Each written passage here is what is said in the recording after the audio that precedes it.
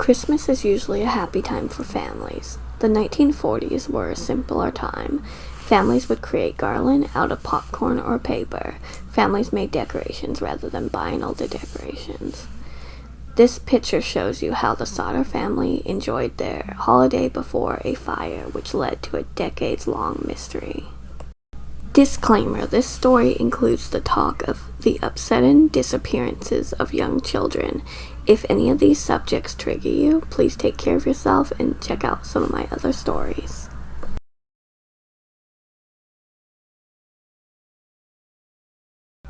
The patriarch Giorgio Sodder was born on November 23, 1895, in Tula, Sardinia. Tula is a commune located in Sardinia, Italy. He immigrated with his older brother to the United States. At 13, in 1908, his brother returned to Italy once George was cleared at Ellis Island, New York. He adapted his birth name to the Americanized version, George Sodder, which is how I now will refer to him from here on out. The reason George changed his name remains unknown, but many people assumed he wanted to separate himself from his life in Italy. Eventually, he began working as a railroad worker in Pennsylvania, carrying water and supplies to workers. After a few years, George worked as a Smithers, West Virginia driver. He soon started his own trucking company. He initially carried filled dirt to construction sites, but expanded to bring in coal to mines. After moving to West Virginia, George met Jennie Cipriani, who soon became his wife. Jennie was also an Italian immigrant and the daughter of a shoekeeper in Smithers. They settled down in a 2-story home 2 miles north of Fayetteville. The couple had 10 children between 1923 and 1942. The area that they resided in had a large population of Italian immigrants. However, George was very opinionated against Italian dictator Benito Mussolini, which led to arguments with community members, alienating the family from neighbors. Mussolini died on April 25, 1945, which led to even more conflict between George and their neighbors. In October, a life insurance salesman attempted to sell George an insurance policy. When George turned down the insurance, the man told him that his house would go up in smoke and his children be destroyed due to his comments about Mussolini.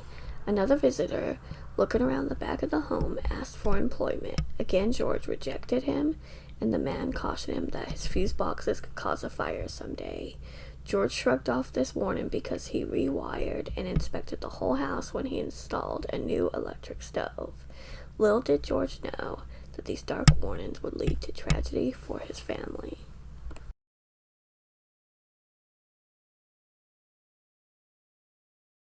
On Christmas Eve, 1945, the family had no idea what would occur in the following hours and the decades-long mystery that would soon transpire.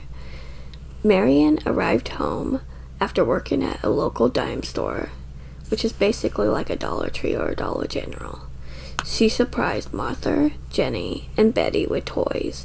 They were excited about their toys and asked to stay past their bedtime. Jennie agreed to do the request if Maurice and Louis was up. Jennie reminded the boys to bring their cows in and feed the chickens. She then took baby Sylvia up and went upstairs to bed. By this time, George, John, and George Jr. were already in bed because they were working all day.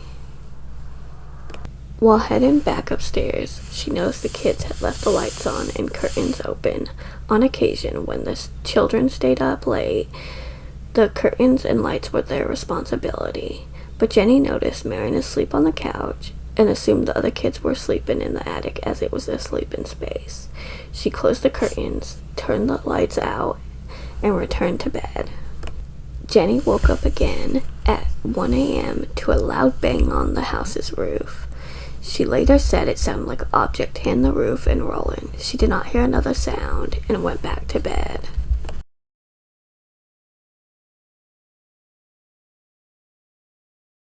Jennie woke up to the smell of smoke at 1 a.m., so she decided to investigate the situation. The fire was in George's office by the phone line and fuse box. Jennie woke up George, who then woke up the older boys. Jennie, George, Sylvia, Marion, John, and George Jr. escaped the burning house. They attempted to call up to the attic to get their other kids out, but the house was already in flames. Marion ran to a neighbor's home to call the fire department, but received no response. A man driving past the house moved to a local tavern to call the fire department, but got no response.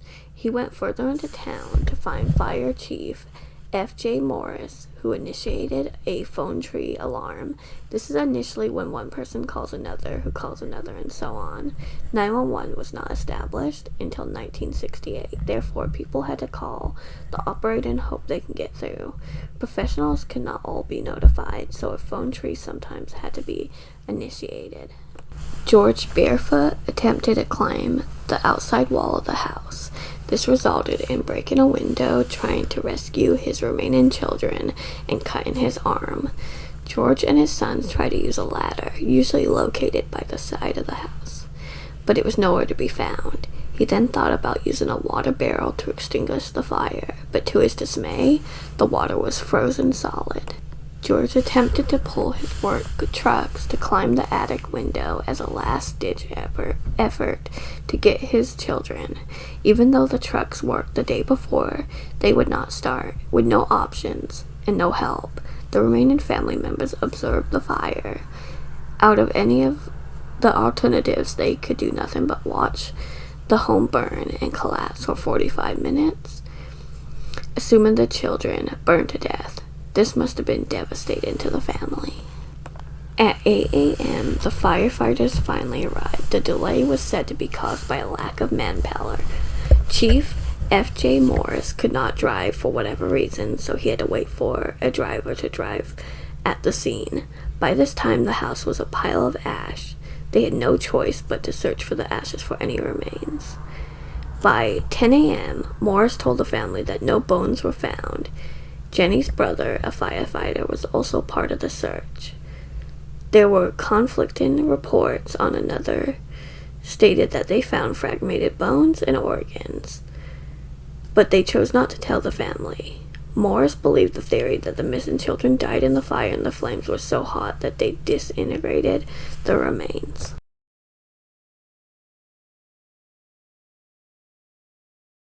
Morris told George to leave the property undisturbed so they could finish the investigation.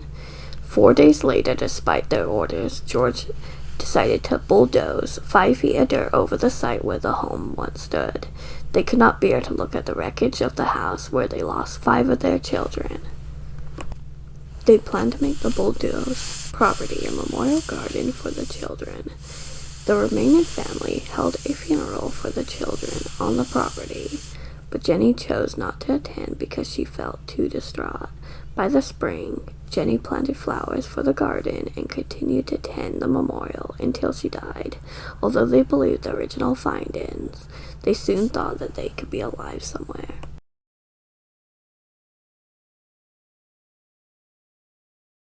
The coroner conducted an inquest and concluded that the fire started due to faulty wiring.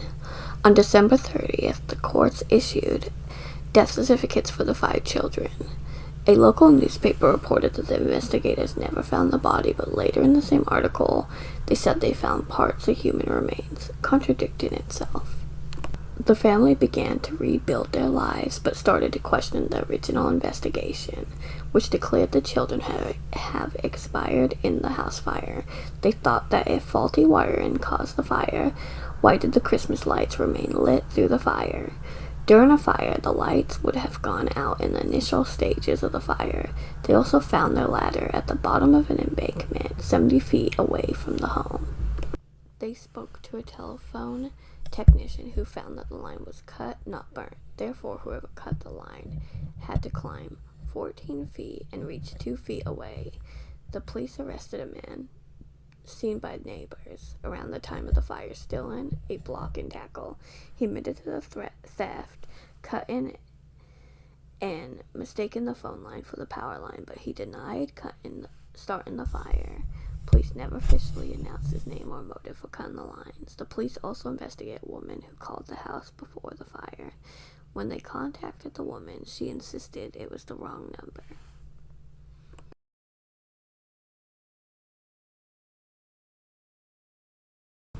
In 1949, George convinced Washington, D.C. pathologist Oscar Hunter to oversee a new property search. They thoroughly searched and found a dictionary and coins possibly belonging to a child. They also found several small bones. Specialist Marshall T. Newman confirmed the bones to be the lumbar vertebrae from a 16 to 17-year-old. They determined the age because the centra was unfused, and they knew that it was fused by 23. They determined that the bones most likely did not belong to any of the missing kids because the oldest was 14. Newman determined that the bones lacked fire exposure, so they probably came from dirt used to bulldoze the property.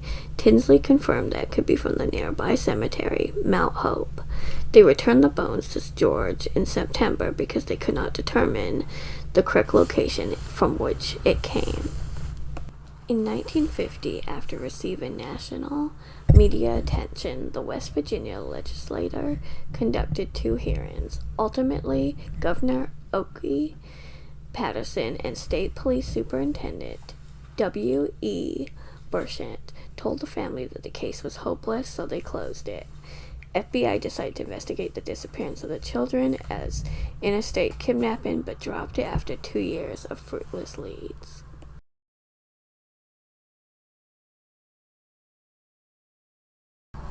Jennie thought that if the man who cut the power line had been successful, they would have never made it out of the home alive.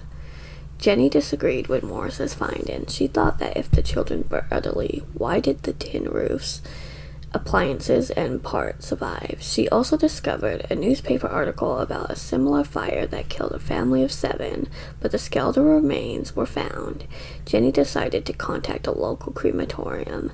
They told her that even when they cremate a body at 2,000 degrees for 2 hours, not all bone fragments disintegrate. A standard electrical fire can get between 1,100 and 1,800 degrees, so not as close as a crematorium gets. Jennie evaluated this theory by attempting to burn a small pile of animal bones. She still could see the bones. George was stuck on the fact that his work truck would not start, believing that a man also tampered with it. However, in 2013, one of his son-in-laws told the Charleston Gazette-Mail that George's rush to start the truck may have flooded the vehicle.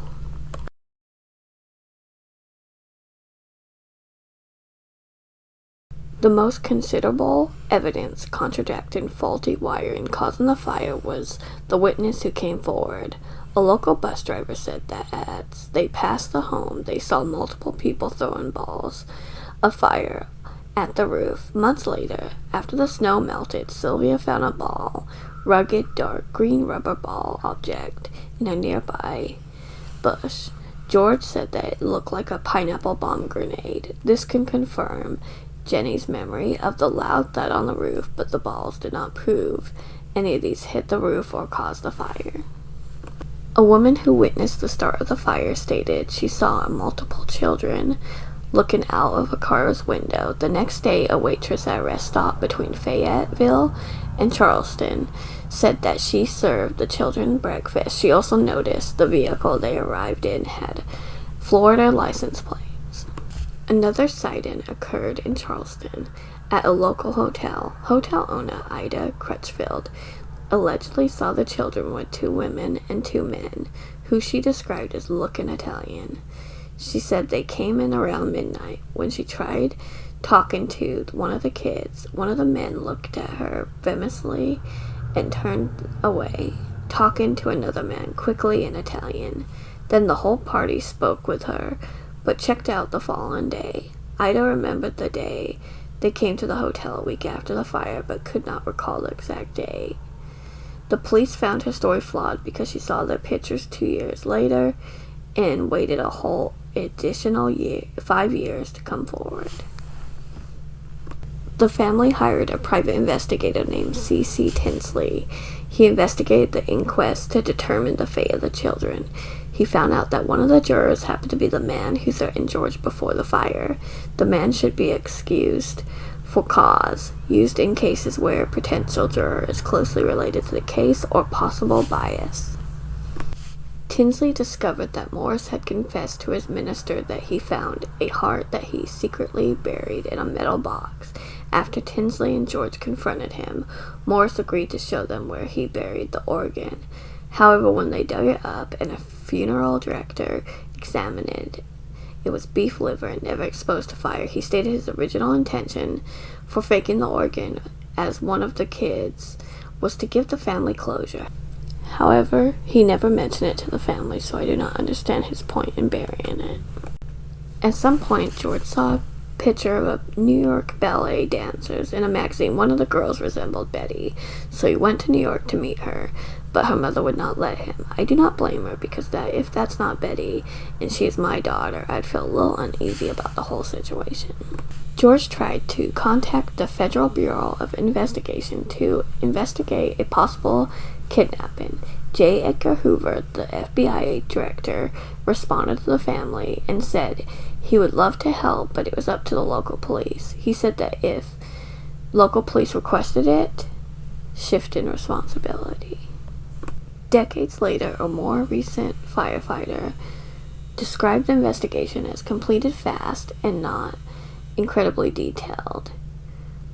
George continued to follow every lead until the day he died. These leads varied from a woman in St. Louis claiming Martha was at a convent to two men being overheard talking about a fire similar to the Sodder house fire. He also traveled to Florida because a relative of Jennie had children who resembled their kids but were not their kids. The resemblance can come down to the fact that they were related to Jennie. None of these leads turned out to be credible. In 1967, George spoke to a woman in Houston, Texas, after she sent the family a letter about me and Louis. She said that he drank too much and revealed his identity. She thought Maurice and him resided in Texas somewhere. George and his son-in-law Grover were unable to track her down. Police found the men, but denied that they were Maurice and Louis Sodder. Grover later said that George felt guilty and did not press hard on the specific lead. A man sent Jennie a letter from Central City, Kentucky, with no return address. The letter was from a man in his 30s claiming to be Louis and included a picture of him. Louis at the time would have been 30 and resembled him, but they never got any other contact. The family hired a new PI to locate him, but the PI also ceased communication. They added his picture to the billboard, but left out his location to protect him from danger. They were so sure that this was Louis that they kept his picture on their mantle above their fireplace. In 1969, George died, and the remaining family continued to look for answers. Their John usually kept out of the media, but said the family should accept the findings and move on. Jennie remained in the home until she died in 1989. Before her death, she wore black every day to mourn her family. In 2021, Sylvia died. Her life was very tragic, as she said her first memory was of the fire. She only knew tragedy and fought for justice for whatever happened to her siblings. She spent nights theorizing what happened to her family. According to Sylvia's daughter, she vowed to Jennie and George that she would get answers. She refused to let their case die with them.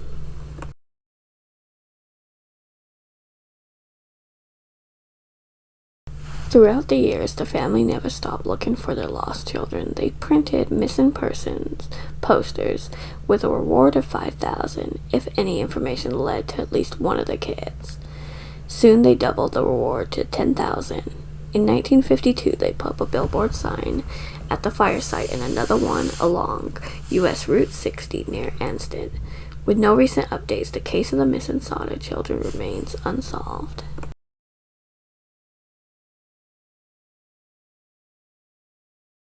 The lead-in theory is that the Sicilian mafia abducted the children for money. The theory explains that they took them to Italy and stayed away to protect their parents and siblings. Another possible theory explores the idea that the children ran away. The last standard theory is that they died in the fire.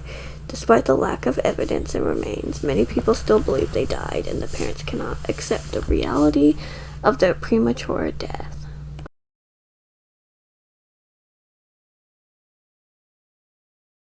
It is so unfortunate that George and Jennie died without knowing what happened to their children. All they wanted was definite answers. I cannot imagine my child disappearing and spending 4 decades looking for answers, not knowing if they lived or died, if they ran away or were taken. It would be pure torture. What can we take away from this tragedy? It's hard to say what they could have done differently if George's opinions caused the events of Christmas Eve, 1945. I suppose you could consider it. You should be also able to share your beliefs without your house getting set on fire. Because we are left with no answers, there are no possible solutions.